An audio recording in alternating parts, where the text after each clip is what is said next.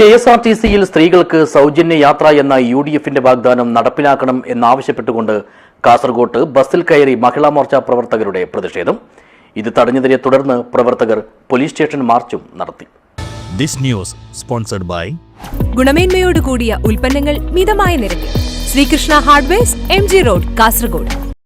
കേരളത്തിൽ ഇത്തവണ UDF ഭരണം വന്നാൽ KSRTC ബസ്സുകളിൽ സ്ത്രീകൾക്ക് സൗജന്യ യാത്ര അനുവദിക്കുമെന്ന തിരഞ്ഞെടുപ്പ് പ്രചരണ സമയത്തെ വാഗ്ദാനം പാലിക്കണമെന്നാവശ്യപ്പെട്ടുകൊണ്ടാണ് മഹിളാ മോർച്ച പ്രവർത്തകർ കാസർഗോഡ് KSRTC ഡിപ്പോയിലെത്തി ബസ്സിൽ കയറി പ്രതിഷേധിച്ചത്.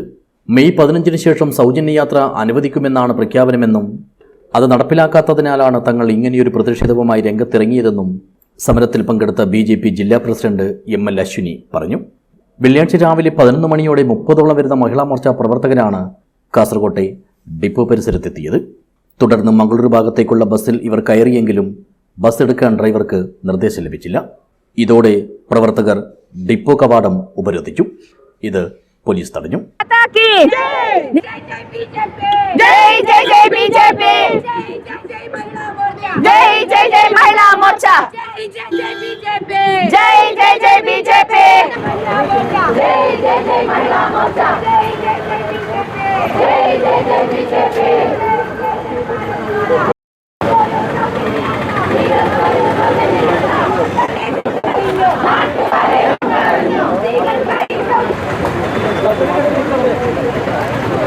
ഇതിന് പിന്നാലെയാണ് പ്രവർത്തകർ പോലീസ് സ്റ്റേഷനിലേക്ക് മാർച്ച് നടത്തിയത്. ML അശ്വിനി മാർച്ച് ഉദ്ഘാടനം ചെയ്തു. ഇലക്ഷൻ സമയത്ത് പറഞ്ഞ ഒരു വാക്ക് ഇലക്ഷൻ കഴിഞ്ഞ ശേഷം എന്തുകൊണ്ടാണ് അവരെ കൊണ്ട് നടപ്പിലാക്കി പറ്റില്ല?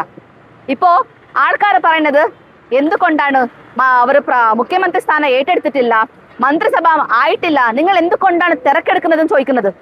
വോട്ട് വേണ്ടുമ്പോൾ അവർ മഹിളകളെ പറ്റിച്ചുകൊണ്ടു മഹിളകളെ വോട്ടെടുത്തുകൊണ്ട് ജയിച്ചിട്ട് ഇന്ന് മുഖ്യമന്ത്രി സ്ഥാനത്ത് വന്നിട്ടുള്ള VD സതീശൻ ഇതിന് ഉത്തരം പറയണം.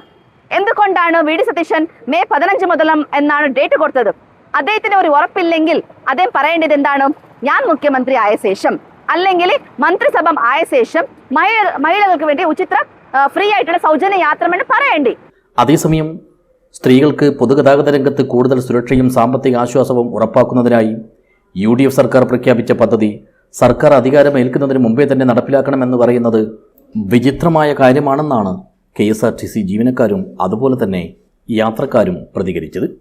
News bureau, Kasaragod.